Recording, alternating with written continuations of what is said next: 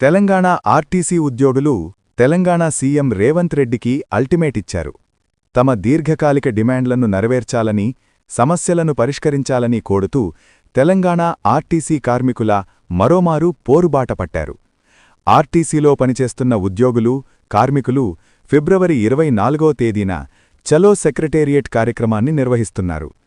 గత అసెంబ్లీ ఎన్నికల సమయంలో కాంగ్రెస్ పార్టీ తమ మేనిఫెస్టోలో ఆర్టీసీ ఉద్యోగులకు ఇచ్చిన హామీలను వెంటనే అమలు చేయాలని డిమాండ్ చేస్తూ ఈ ఆందోళనకు శ్రీకారం చుట్టారు.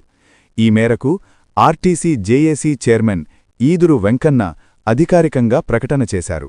ఆర్టీసీ కార్మికులు, ఉద్యోగుల విషయంలో ప్రభుత్వం అనుసరిస్తున్న విధానాలకు నిరసనగా తమ ఉనికిని, హక్కులను చాటుకోవాలనే ఉద్దేశంతో ఉద్యోగ సంఘాలు ఉన్నాయన్నారు.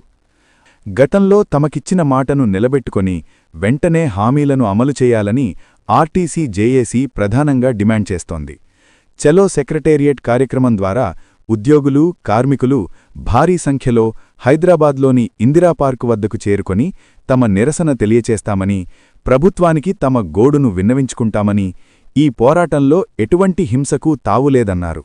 పూర్తిగా శాంతియుతంగా గాంధేయ మార్గంలోనే తమ నిరసన కొనసాగుతుందని వారు స్పష్టం చేశారు. రాష్ట్రవ్యాప్తంగా ఆర్టీసీ కార్మికులు భారీ సంఖ్యలో హాజరు కావాలని పిలుపునిచ్చిన నేపథ్యంలో పోలీసులు కార్మికుల ప్రజాస్వామ్య హక్కును గౌరవించి అడ్డుకోకుండా ఉంటే మంచిదని సూచించారు.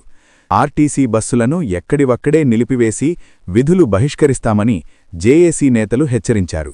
రవాణా వ్యవస్థ స్తంభిస్తే ప్రభుత్వానిదే బాధ్యత అని జేఏసీ నేతలు పేర్కొన్నారు.